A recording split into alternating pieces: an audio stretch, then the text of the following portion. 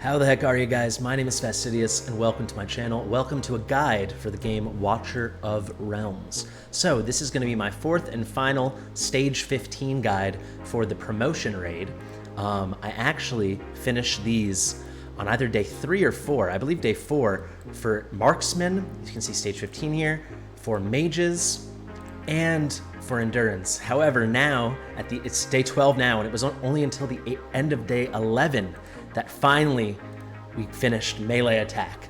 So this one was a lot harder for us, but I'm gonna break it down for y'all. It's actually probably the most straightforward raid of the bunch. The only difference being you need a lot of melee units, so defenders and fighters, and it took me a while to get enough gear to put on all of them and then accumulate enough of those units themselves.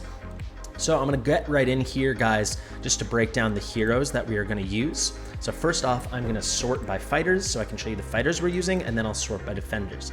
So we're bringing mostly fighters, and some of my units you might think are like really great, like Deimos and stuff, but I will like counter by saying what's important is that these units are leveled and wearing average gear at least, but my gear is not very good. It doesn't really matter that much who they are. And you know, any of these units, like the fighters, can be swapped out for defenders if your defenders have a bit more damage. It's pretty straightforward. It's really straightforward. It's basically just like a check on your account. Do you have enough melee units and do you have enough gear to make them all put out enough damage to kill the enemies and not die to the enemies? Maybe that's all the content, I don't know, but this one is really, you'll see it. So we're using Scorch. He's really nice because he's got some AoE damage. I'll very quickly show you guys here. I guess I have to go to oh my god, how do I go to details? There we go. Because you can see here he's got 2 tiles of range and he's got an AoE fire jet and it's magic damage, kind of cool. But I'll show you the gear on him. It's all plus 12. It's like fine, but he's at just over 5k attack, nothing too much. You could probably get away with less. There's my Deimos, a bit better gear. Again, just punching up some attack, a touch of HP, but really not good. I'm still super early game. But Deimos is really good, just getting some single target attack. All these guys have 2 block, by the way. Then you see Gluttony. I actually might have I probably ran him without a piece on, so that just shows you how straightforward this thing can be. Let's just throw a little more. Actually, we probably need some HP on him. Fine.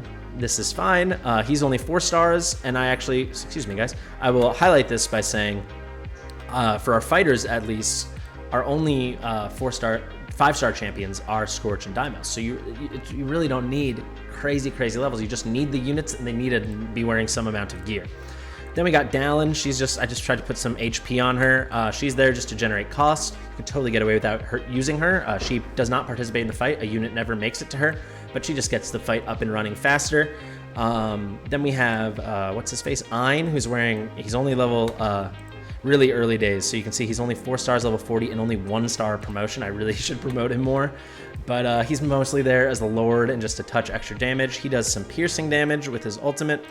And he's got 2 tiles of range. Again, kind of, look at this. It's like, what is it, 3k attack, pretty whatever. Then again, 4 stars, 1 star promotion on Komodo. We just have him for the fusion. This piece might look good, but it's just a random piece. And we don't use his ultimate, so it doesn't really matter. I don't even know if really anyone reaches him, maybe very briefly. He just blocks someone. But yeah, these are just bodies. A lot of them are just meat sacks, and we have like a couple decent units. And then finally, Narvi, who I definitely suggest you use. I definitely suggest you build. See, she's only 3 stars, level 30, 3 stars of promotion.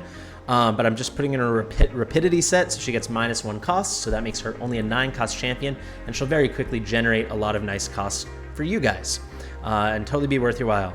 And then much easier, we'll get into defenders. I want to make this a nice short guide, so we'll get into the fight in just 1 second. So I have 1 6-star defender. You definitely can get away with a 5-star defender. I just happen to have a 6-star defender, so I used it. And you see I am using a legendary champion. That's just because that's one of my leveled defenders, but any defenders will work for sure, as long as they have some tankiness, so some HP. You see my Baron has a ton of HP, but you can see here, about 25 to 30,000 HP should be fine. So let's call it 28,000. I think that's about where our girl Livian's sitting, and I definitely suggest everyone fuse Livian. You basically have to do it for the sub-quests of the Hero's Path, and she's really good. I really like her. But yeah, nothing that interesting in these builds, just tanks. And that's it. So that's the whole squad we're going to bring. So I think it's basically about using Narvi to generate some cost. If you have someone like Dallin, a little extra cost never hurt anyone, but you don't need it. And then it's just where you position your heroes. So let's hop right in. You can see the BP check doesn't seem high. Only 162k, which you should get a team there pretty fast. But it's actually harder than you think, because how many of those decent units are you going to have a week or 2 weeks into the game? Actually, I will just quickly show you so you know I'm not palling around with you. Excuse me, that's the wrong button. I'm the king of clicking the wrong buttons. There you go. So day 12 now, and I actually finished this yesterday. On day 11, I'm finally making the guide. So let's hop on in. I clicked another wrong button. Promotion raid, and this is really a free-to-play option. This is a free-to-play account, and I wanted to make the fight as accessible as possible for everybody. Okay, so first things first, we are going to turn off Power of Dominance, because this is going to make my units a little overpowered. All stats are getting plus 30%. When you do the runs, make sure it's on, because it'll make it a lot easier, but you only get it once you 3-star it, and I want to assume we hadn't 3-starred it, so this is how we would do it. You know, trying to make this as free to play and as accessible as possible. So let's hop right into the battle. The very first thing we're going to do is drop our Narvi. So I'm just going to drop her over here. Have her facing this guy. Doesn't really matter. You could hide her back here too. She's not going to really put out any damage. And then I'm also just going to tuck away our Dallin. Our Dallin's not going to do anything. Basically, I'm just waiting on Narvi here to generate cost. I'm going to click that. And then I'm going to get out my first fighter. The first enemy is going to come down from over here. So I'm using Deimos. You super do not have to do that. That's just what we're doing. So I'd say it's a lot easier if this fighter can kill this enemy right here before the other two people come. But that's why we leave our Narvi there just in case someone does sneak through. So I'll put Scorch here, and Scorch does have AoE damage. So it's great for knocking some damage onto these two guys. But if you don't have that, you could maybe put some better gear on Narvi and have her pointing this way, putting damage out, or hide Narvi back here, and instead of putting Dallin down, you put another fighter pointing this way, and then a different fighter here, just so each one of these guys is taking damage. You can really adapt it to your own account. It's more about just having the tankiness and having the damage. It's not about which champions you use per se. So I'm going to put Scorch here just to start getting some damage out. Then I'm going to drop Livian just to block these guys so Scorch can focus on putting damage out. And the next thing I'm going to do is put my best defender right here and my second best defender right next to him. And I'm going to basically save all my ults, besides Narvi, of course, until I feel like I really need them. So for us, that probably will be a little while. For you, it might be earlier. The most important thing is to have your biggest damage dealers have their main ults saved up. Excuse me, let's put this on 1x. Saved up for when the big, tall, bulky mobs come at the end. I'll go to the monster menu and show you these guys. So what are they called? The Knights of Destruction. So they've got quite high defense, as you can say. Common armor, so piercing damage. Someone like Ein is just as good as someone like Scorch with magic damage, or a normal champion like Deimos with normal damage, right?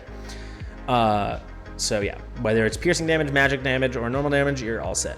I don't remember if I said normal or piercing for Ein, but Ein has piercing damage. Okay, so there you go. I'll just trigger the ult on my defender here. We'll get a little AoE burst from Baron, but again, none of this matters. You see, we have all these extra units. We're all the way up to 57 costs. I'll just pick up Dallin, so she's ready if we just need a dropper for some reason at the end. And you see, I haven't triggered any ults yet. It really doesn't matter. And I have these guys there just kind of as like last bit assurances. Because we have enough cost now, I will very quickly wait for Narvi's last ultimate to come. Great, trigger it. Now we've got more cost than we could need the whole fight. I'm just gonna put Komodo here, just facing that way to get some extra damage down. I think we can go on 2x. So here you can see the big boys start coming. We're gonna have a few rounds of mobs. So how many big boys are there actually? It is 4 by 3, so 12. So we get a few rounds of mobs here, and then these big boys will come, and I think a few more big boys come. But yeah, just let these people do a touch of damage, hold them off. Livian should be okay on the top of the screen. If they're not, don't be afraid to trigger ults. However, someone like here, like your main fighter in Deimos, you're going to want to make sure the ult is saved. So Komodo dies, doesn't matter. Again, he's just a meat sack, right? That's why we have Gluttony ready. That's why we have Dallin ready. All right, so now these guys are going to start to go. Trigger some ults. I'll wait for the last few to come. But let's just trigger everything, baby. And now we've got a little extra bodies if we need, but you can see we're in full control here. No one's going to drop. Good on health bars, and this is it. These are all the mobs we're going to see. So yeah, We can draw. Oh, look, I put Gluttony in the wrong spot. Again, it didn't matter, right? So he just was there to soak up damage, kill the last bit of the person. There's down. I'm just dropping her to put out a little extra damage. And now we just wait. Now the fight's going to end. Actually, might pick up down because Ain will make this go a little faster, I think. And I hope that was really helpful.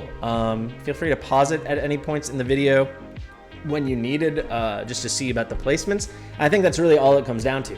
You know, just you want some amount of damage here pointing to these two guys in the middle. You want a good fighter here and at least a good defender fighter here. And then your two best defenders just soaking up damage in the middle.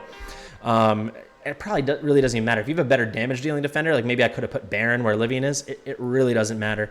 It's really, again, just like a skill check, gear check on your champions. But yeah, there you have it. I hope this was really helpful. And look, for our reward, we got some more legendary extract. I think we're definitely going to reach the point where we have huge stockpiles of these extracts, but for now, it's all right. So yeah, don't be discouraged if you're like me and like on like day 3 or 4, you're making awesome progress, or maybe it takes you a week or 2 weeks, whatever, but you make a lot of progress and you clear mages, marksman, and endurance, and then it takes you another week or 2 weeks or whatever to move on to melee. It really just means, okay, you need a few more champions, you need a bit more gear.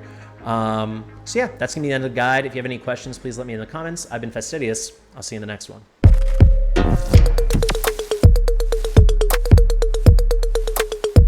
Fastidious.